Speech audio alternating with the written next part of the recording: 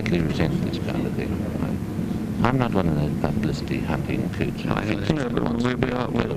we are, after all, I mean, I've been a reporter for 12 years, and all I'm doing now is reporting on film instead of the notebook. Well, could I start off then, so we'll get you away as quickly as we can. Well, you'll get me away, not as quickly as you can. You'll get me away when I want to get away.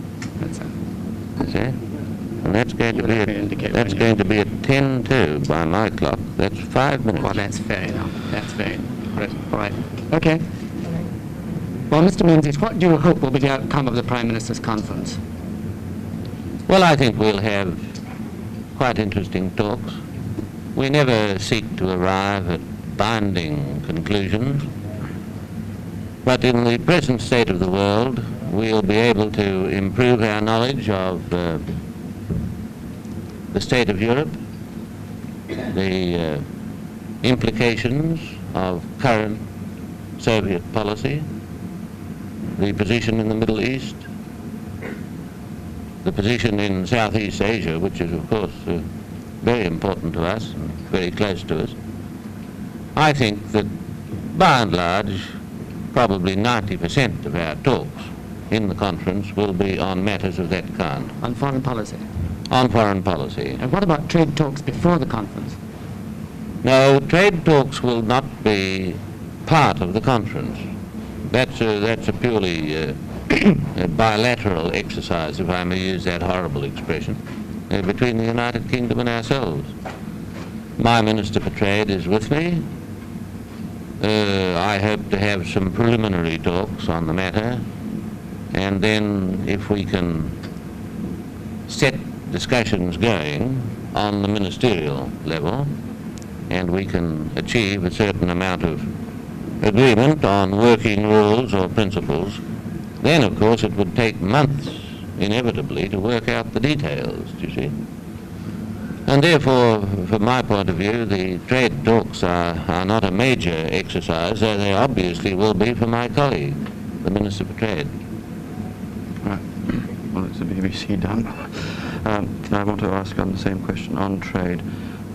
You okay? Yes, go ahead. Mr. Menzies, what are Australia's biggest worries in the present trade setup with Britain? Wool, minerals, or any particular item which Australia feels concerned within the Commonwealth? If you don't mind me saying so, you're now plunging into the very essence of this matter. And the last thing that I ever want to do is to go into a discussion, particularly with Great Britain, with what appears to be a list of grievances or particular problems. No, therefore I'm not going to say anything about these matters as a preliminary. What we want to do is to discuss what the principles are. We'll talk about mutual preferences. We'll try to examine what their reasonable limits ought to be. No doubt we'll have something to say, and particularly my colleague, the Minister for Trade, about particular commodities. But Australia might break away from the Ottawa Agreement. As I understood it earlier, that might come about. Well, not particularly in these talks, but later. But the Ottawa Agreement was a multilateral agreement inside the Commonwealth. The word, the phrase breaking away is a little ominous, isn't it? It is, perhaps, yes. But Canada, you see, came to different arrangements some time ago. We're not talking in terms of breaking away, but we think that it would be better to discuss Australian United Kingdom trading problems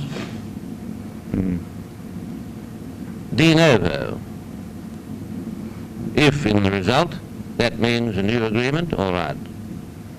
But we don't start off by denouncing some agreement, nor do we merely sit down to take the current agreement and take it clause by clause and see what ought to be done about it. Far more to the point to say, well, suppose we were starting now with all our common experience and our common devotion to each other and our British Commonwealth Association, what kind of agreement could we now make which would be a good thing from the point of view of both of us?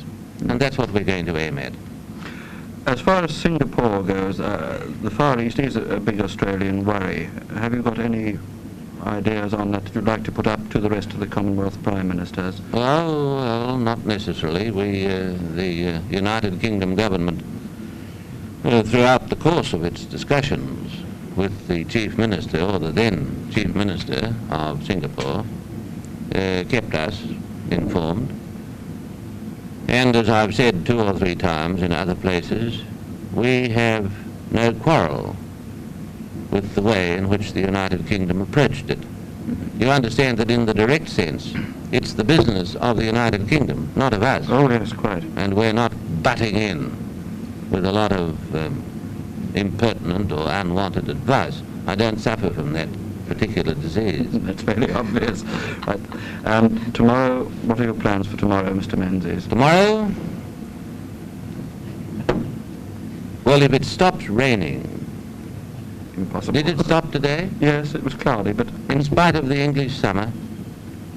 can't Well, tell everything. If the English summer maintains its good behaviour, I want to be at Lord's to see the first ball bowled. Well, there's no better way of starting your visit. There could be no better preliminary to a Prime Minister's conference, Thank you very much, Mr. Menzies. particularly if Australia happens to do a little better than you think. Thank you so very much. Thank you very much, Mr. Menzies. I know it's very